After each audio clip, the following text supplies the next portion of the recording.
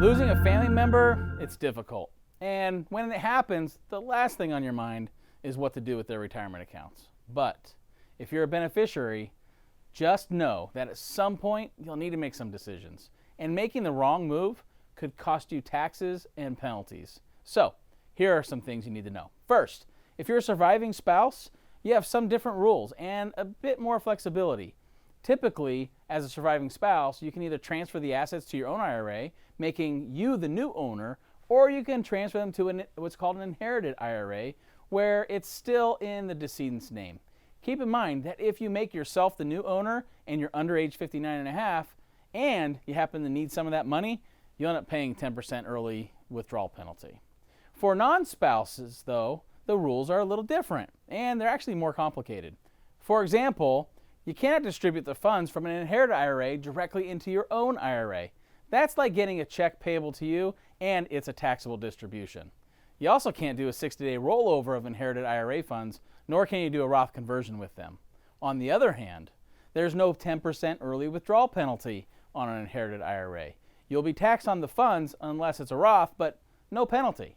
You also have a required minimum distribution on that inherited IRA, even if you're nowhere near age 70 and a half. And this does include Roth IRAs.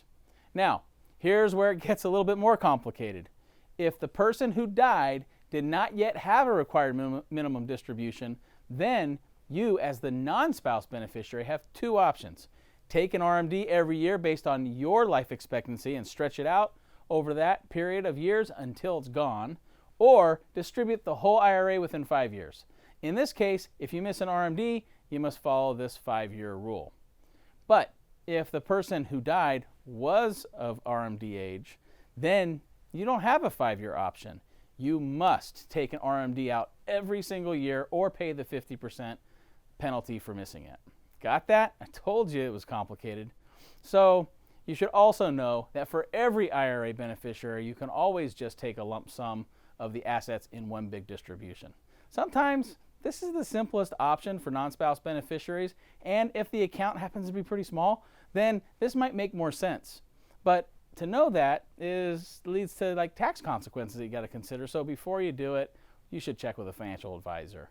So yes, all this stuff, it is complicated inheriting an IRA. But knowing these rules can make it a little bit easier and maybe, just maybe, a little less taxing.